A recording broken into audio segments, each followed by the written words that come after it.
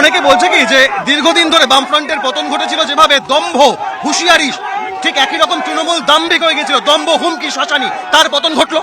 আগে মানুষের রায় কমপ্লিট হোক, নিশ্চিতভাবে সে পর্যালোচনা কোথায় কি হয়েছে, কি খামতি রয়েছে সে হবে। কিন্তু আপনারা শুনলে আপনারা ইতিমধ্যেই জানেন যে বিভিন্ন জায়গায় যেভাবে ইচ্ছাকৃতভাবে, এমনকি প্রেস মিডিয়াকেও প্রকৃত ফল বলা হচ্ছে না। বর্ধমান দক্ষিণে আমি এক্ষুনি খবর পেয়েছি তৃণমূল জিতে গেছে, সেখানে আবার রিকাউন্টিং করানো হচ্ছে। কল্যাণীতে এরকম 8টা মেশিন রয়েছে, 17C ফর্মের সাথে কন্ট্রোল ইউনিট মিলছে না, এরকম প্রায় 8টা মেশিন রয়েছে।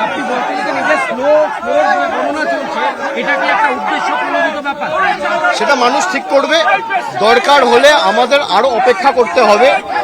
এখনো পর্যন্ত এদের মুখের ভাষা শুনি, এই হচ্ছে বিজেপি সংস্কৃতি। একেবারে না, এক্ষেত্রে এই ভাষা প্রসঙ্গে ডিজে বাজাবো বলা হয়েছিল, ভুল হয়েছিল ডিজে বাজানোর কথা।